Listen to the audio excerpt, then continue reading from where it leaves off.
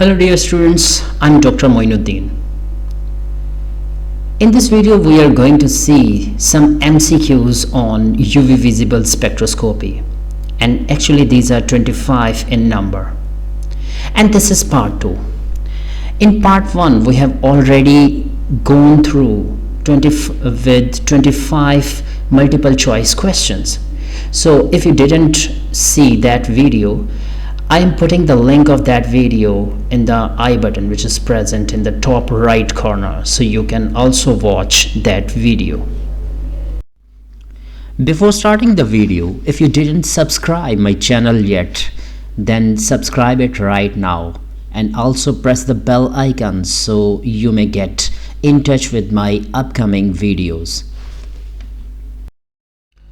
So here's the question number 1. Select the wavelength range corresponding to quartz UV region. Let's see the options. So option A is 400 to 800 nanometer. Option B is 200 to 800 nanometer. Option C is 10 to 800 nanometer, while option D is 200 to 400 nanometer. Let's see what is the right answer. So right answer is option D, that is 200 to 400 nanometer. So this 200 to 400 nanometer, this region is also known as quartz UV region. Then question number 2 is, role of monochromator in UV visible spectroscopy is to convert. Let's see the options. A, to convert monochromatic radiation into polychromatic radiation. Option B is to convert polychromatic radiation to monochromatic radiation. Option C is both options A and B, while option D is none of these. Let's see what is the right answer. So right answer is option B, that is to convert polychromatic radiation into monochromatic radiation. So role of monochromator in UV visible spectroscopy is to convert polychromatic light into monochromatic light. Question number 3. The complementary color of wavelength 650 to 800 nanometer is. What does it mean? The visible light fall on an object and it absorb the portion of it from 650 to 800 nanometer. Then of what color this object appears to us? Let's see the options. So option A is green blue. Option B is blue green. Option C is red, while option D is yellow green. So let's see what is the right answer.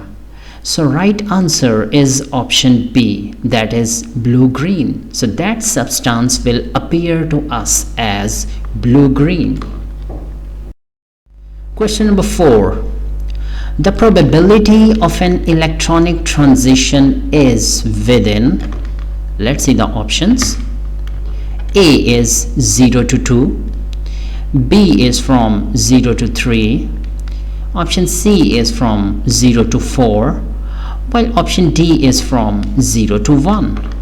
Let's see what is the right answer. So right answer is option D, that is from 0 to 1.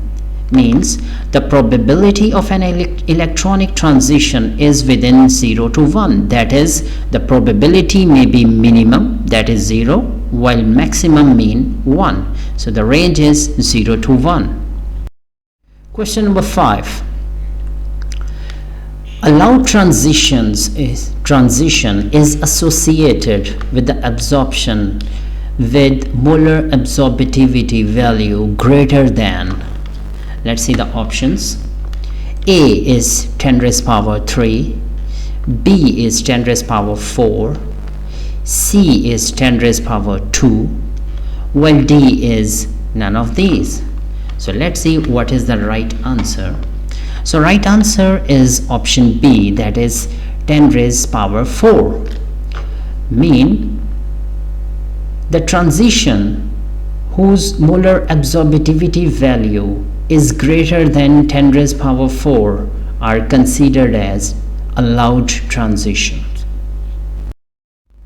Question number 6. Forbidden transition is associated with the absorption with molar absorptivity epsilon value less than. Let's see the options. Option A is 10 raised power 3. Option B is 10 raised power 4.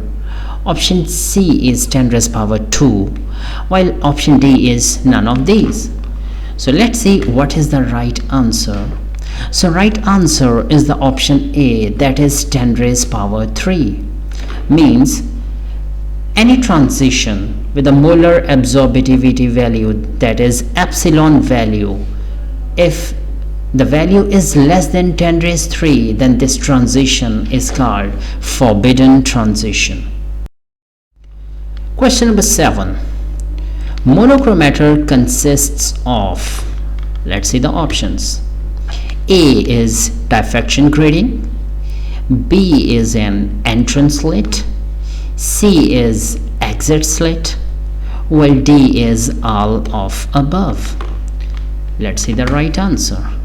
So right answer is option D, that is all of above. Means monochromator consists of diffraction gratings, entrance slit and exit slits.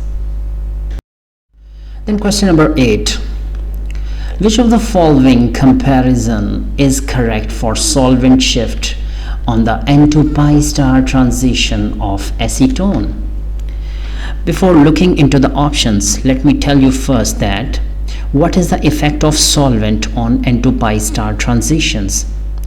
Actually, polar solvents shift N to pi star transitions towards shorter side, while non-polar solvent shifts this N to pi star transition towards longer side. So let's see the options. So here are 5 solvents: water, methanol, ethanol, chloroform and hexane. And if we see the polarity of polarity is going to decrease this way from left to right. So option number A means that all of these have no effect, means in all solvents the peak will appear at the same position. Then option B is in water the peak will be at the longest side, then at shorter, shorter, shorter and shortest. And option C is in water this peak will be at shortest, then longer, longer and at longest side in the case of hexane. And here is the D option. So let's see what is the right answer. So right answer is option C, that is the peak due to N to pi star transition in case of water will appear at shortest side, at shortest wavelength, while it will appear at the longest side in case of N-hexane, because as I mentioned earlier that the peak due to N to pi star transition, these are shifted towards shorter wavelength in case of polar solvent and vice versa. So hope you got it. Then question number 9 is, Beer's law states that absorption of light is directly proportional to, let's see the options. A is concentration, B is distance, C is volume, while D is composition. So let's see what is the right answer. So right answer is option A, that is concentration. Means absorption is directly proportional to concentration. Then question number 10 is, all of these are oxichromes except, let me define 2 terms over here, which are chromophore and oxichrome. Chromophore is any structural feature which is present in the molecule, and that is actually responsible for absorption of UV visible radiation. And oxichrome is that part of the molecule which has nothing to do with the absorption of UV visible light, but when it is present in the molecule together with the chromophore, so it shifts the absorption maximum generally towards longer side. So the question is, all of these are oxichromes except, let's see the options. Option A is the hydroxy group. Option B is NH2 amine. Option C is thiol SH group, while option D is C double bond C. So let's see what is the right answer.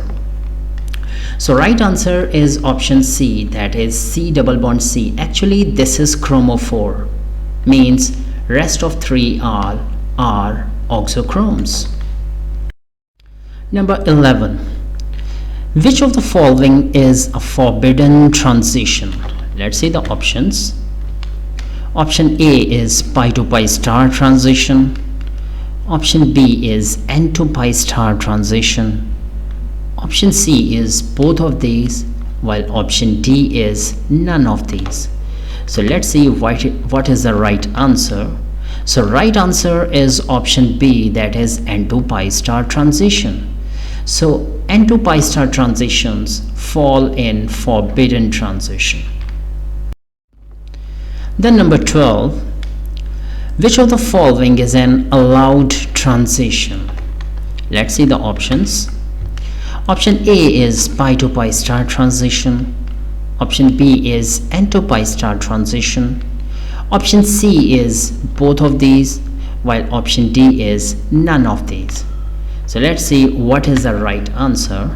So right answer is the option A, that is pi to pi star transition. It means pi to pi star transition fall in an allowed transition category. Question number 13. UV visible spectroscopy of organic compounds is usually concerned with which electronic transitions? So let's see the options. Option A is pi to pi star transitions. Option B is N to pi star transitions. Option C is sigma to sigma star transitions, while option D is both A and B. So let's see what is the right answer. So right answer is the option D, that is both A and B. Means UV visible spectroscopy of organic compounds is usually concerned with pi to pi star and N to pi star transitions, because sigma to sigma star transitions, these fall in vacuum UV region, and these generally don't give much information about the molecule, so generally they are not of our interest. Number 14. The base value for the following compound, which is 1,3-pentadiene. So let's see what is the base value.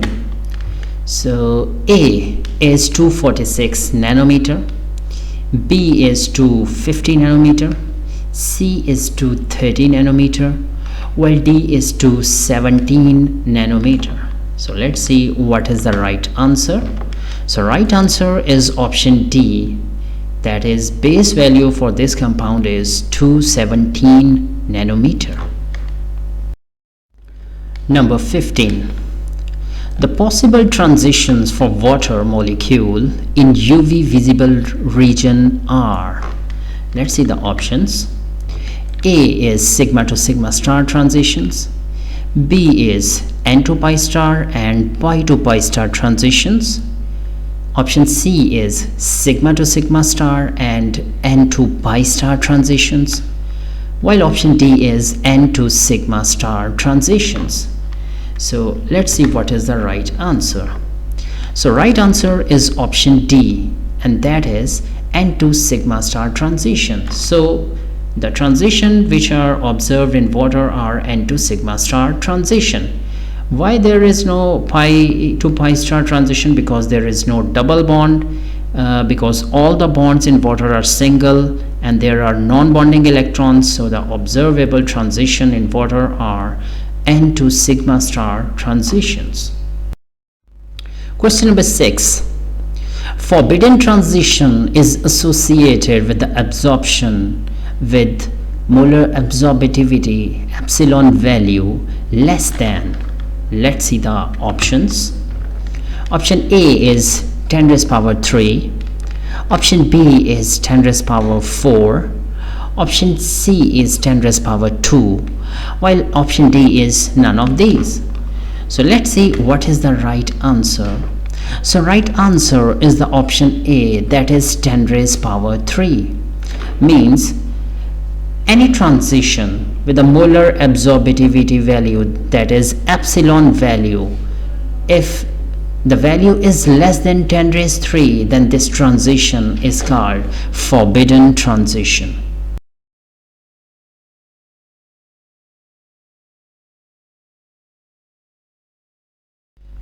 Question number 17. The lambda max of alpha beta unsaturated carbonyl compounds can be determined by. Let's see the options. A is Woodward-Fieser rules. B is by Nielsen rules. C is by Fieser-Cohen rules, while D is by all of above. So let's see the right answer, and right answer is option A, that is Woodward-Fieser rules. So by following Woodward-Fieser rules, we can calculate the lambda max of alpha beta unsaturated carbonyl compounds. Question number 18. Diffraction gratings work on the basis of. Let's see the options. A is on the basis of Maxwell-Boltzmann equation. B is Bragg's equation. C is Noyes-Whitney equation, while D is Beer's law. Let's see what is the right answer. So right answer is option B, that is Bragg's equation. So diffraction grating works on the basis of Bragg's equation. Question number 19.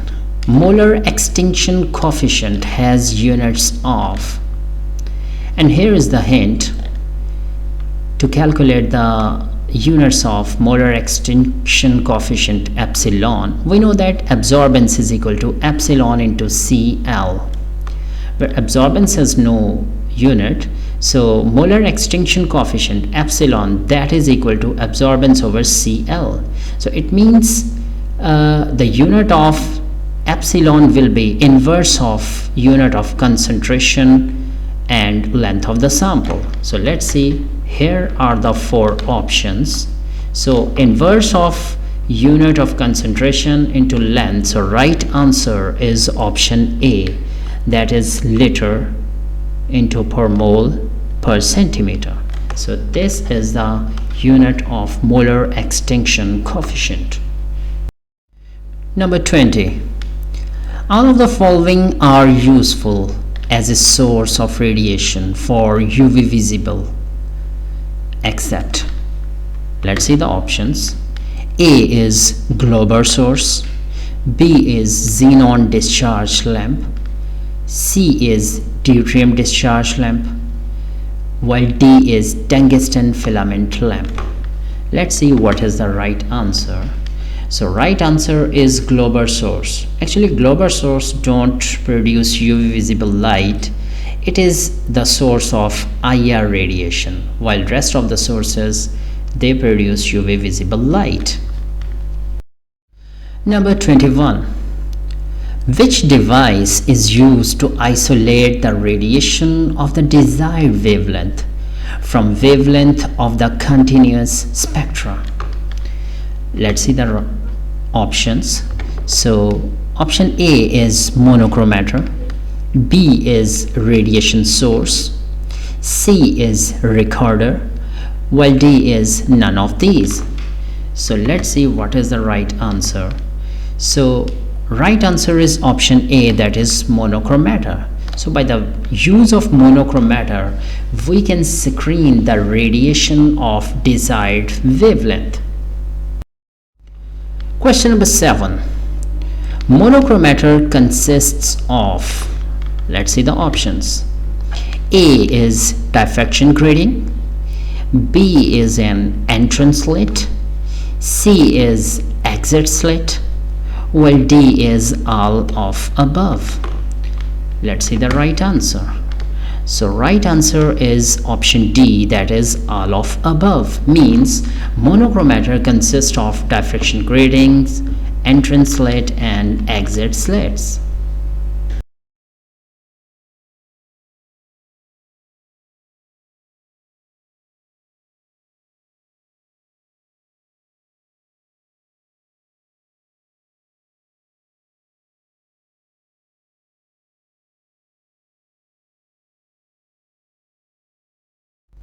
Question number 23. The value of lambda max for E2 band of aniline is, let's see the options. A is 235 nanometer, B is 230 nanometer, option C is 203 nanometer, while option D is 246 nanometer. So let's see what is the right answer. So right answer is the option B, that is 230 nanometer. Means lambda max for E2 band of aniline is 230 nanometer. Question number 24. Which of the following shows pathochromic shift in polar solvent? Let's see the options. A is water, B is ethanol, C is ethylene, while D is chloroform. So let me tell you first that pi to pi star transitions, actually these are shifted towards longer side in polar solvent. So if we see these four options, so there is only option C where double bond is present. So C should be the right answer. So right answer is option C, that is ethylene. So this one is shifted towards longer side in polar solvent. And the last question is, the color of a substance perceived by human eye is, let's see the options. A is same as that the substance absorbs, B not same as that the substance absorbs, option C not same as that the substance emits, while D is none of these. So let's see what is the right answer. So right answer is option B, that is not same as that the substance absorbs. Actually the color of substance is, the substance absorbs a portion of visible light and emits rest of the portion, and that rest of the portion comes into our eyes, and the wavelength, according to the wavelength of that, it appears as to be colored. So the right answer is, the color is not same as that the substance absorbed, rather the color is according to the transmitted light. So dear students, this was all about current video, but still there are a large number of videos in the pipeline. So to get them in touch with all of those videos, you need to subscribe my channel.